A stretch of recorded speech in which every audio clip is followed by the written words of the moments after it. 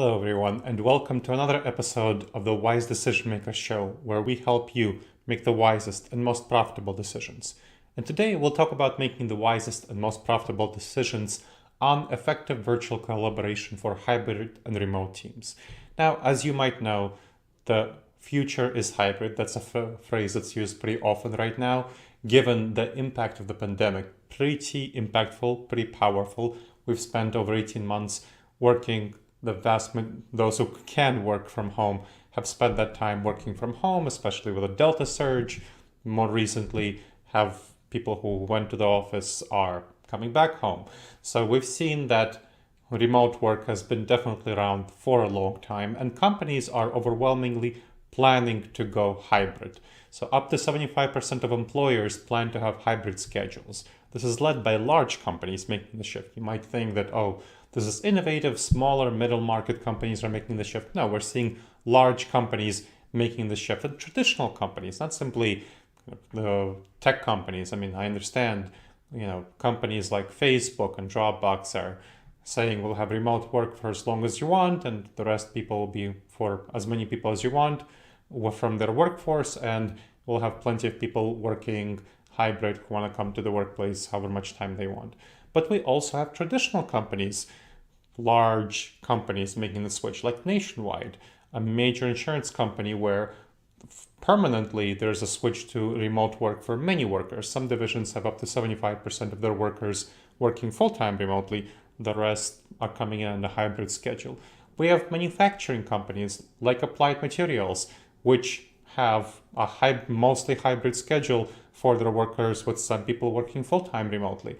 And we have plenty of other traditional companies. Target, for example, its back office employees are coming in on a hybrid schedule.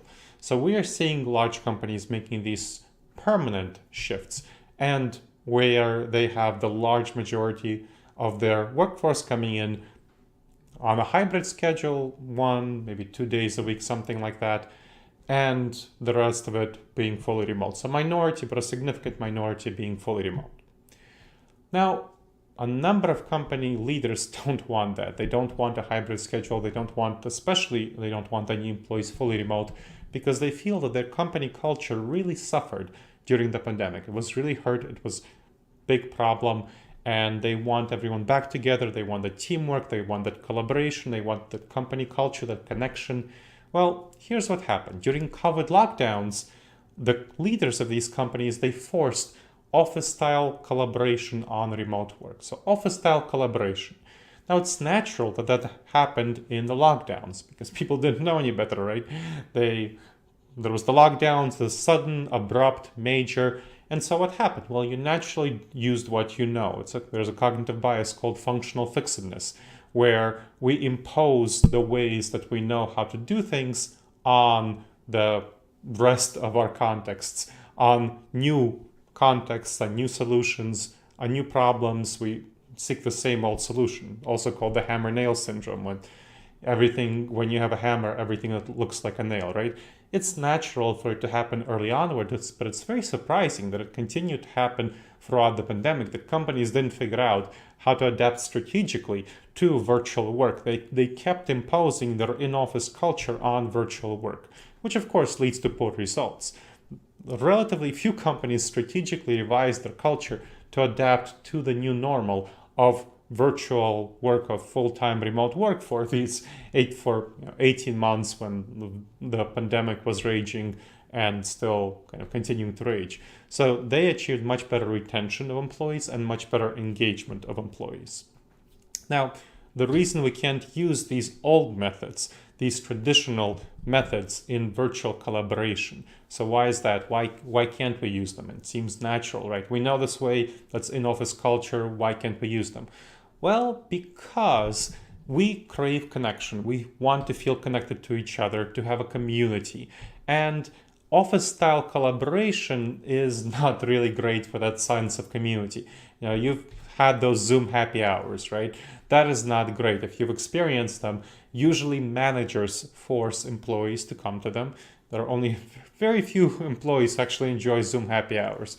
Managers force employees to come to them, and that's because managers don't have any other way of having social interaction and team building. And even those weekly meetings, lots of employees are disengaged in those weekly meetings. And again, managers are trying to use the same techniques that they used in the office in the virtual workspace. And that just does not work very well. So those team weekly meetings mostly don't work well. Those, and especially those Zoom happy hours, don't work well. There's a lot of problems with such dynamics.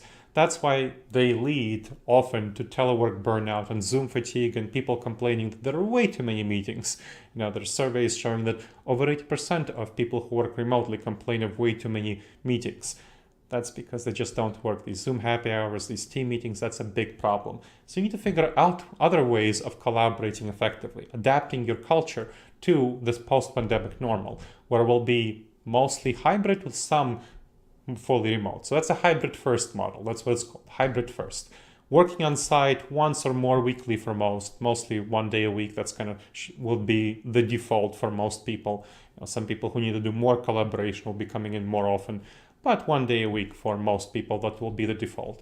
That's going to be 70 to 90%. So I consulted for 16 companies and helping them adapt strategically to the future of work arrangements post-pandemic. And that's what 15 of them adopted this hybrid first model, with 70 to 90% of the people being in the office 1 day a week or something like that, and the rest full-time remote. So 10 to 30% are full-time remote. And the percentage depends on what kind of company you are.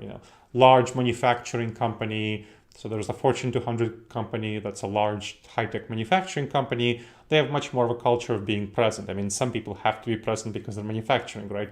Other people, just because of this culture, tend to orient toward more of a tendency to come to the office. They have more closer to 90% of the people being hybrid and 10% fully remote. Other companies that provide more services or more software, high-tech, they have more that I consulted for. They have more closer to the 70% figure. And one company out of that 15 chose to be a home-centric company, meaning that the large majority of time they're working remotely, and then just if there's a need for collaboration, a specific project collaboration, they can have employees who choose to come to the office. So that's going to be a home-first model, so remote-first model. And again, there's an office that people can still come to if they feel that they need to. So what you need to do for that, for both hybrid teams, so whether you're coming into the office for a day or two a week, or fully virtual teams, so you're not coming into the office except maybe once a quarter for a team building retreat. For both of those, for hybrid teams and the days that they're not coming to the office, again, the days that they're not coming to the office, if you're coming in 1 day a week on Wednesday, it'll be Monday, Tuesday, Thursday, Friday. And then remote employees for every day. You want to establish effective virtual format collaboration. So virtual format. You don't want to use traditional in-office culture and impose that on people's collaborative activities, on their ways that they bond with each other, on the teamwork and collaboration. So you want to discuss these changes and get buy-in on 3 key points of virtual collaboration, which we'll talk about. But again, you don't want to just impose these. You just want to talk to people about it and say, here's what we want to do. This seems like this is a best practice that has been adopted by a number of top companies, and you want to get their buy-in on these steps.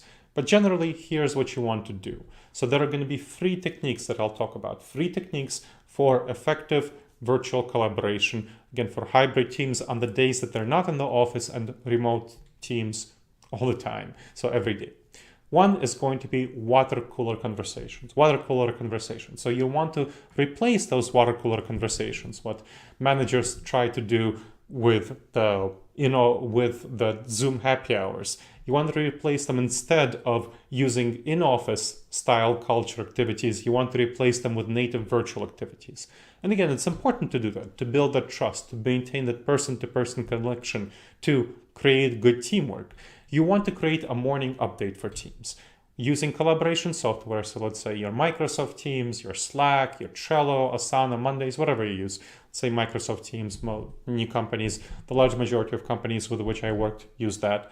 What they do is they create a channel. So Microsoft Teams has channels, Trello has cards, whatever you have. For each team that has 6 to 8 people team, that sort of team arrangement. Each team has its own channel marked personal, so using collaboration software. And in that channel, each team member respond to prompts on their work and life in the morning. So that prompts would be the general prompts that were adopted is, how are you feeling right now? How's your personal life going? Share something interesting about yourself or the world that other people don't know. And finally, what do you plan to work on, focus on this day? And that's going to be a morning check-in. So that's a morning update. Now, the team members also respond to each other, so 3 other team members, after they share this. This is a pretty brief activity. It takes 5 to 10 minutes, so it doesn't take much time. And it's very contributing to their engagement. And people really like learning about these facts about the world or each other.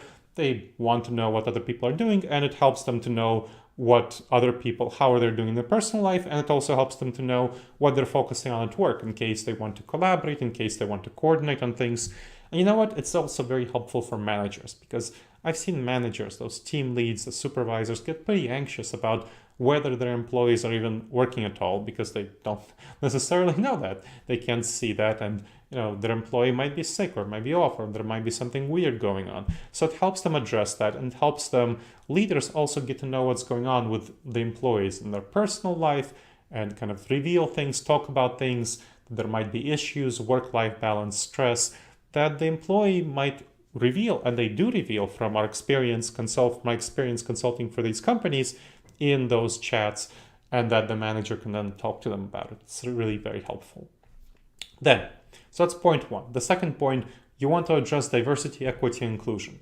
Minorities tend to want more remote work than the white males. So there was a survey of white knowledge workers that found that 80% of white knowledge workers want substantial remote work. That's either hybrid or full-time remote. So 20% of them wanted to go back to the office Monday through Friday, 9 to 5. Now, what about black knowledge workers? Black knowledge workers, 97% of them wanted full-time remote work. Only 3% of them want to go back to the office full-time. Why is that? Well, because they're still facing microaggressions and discrimination back in the office.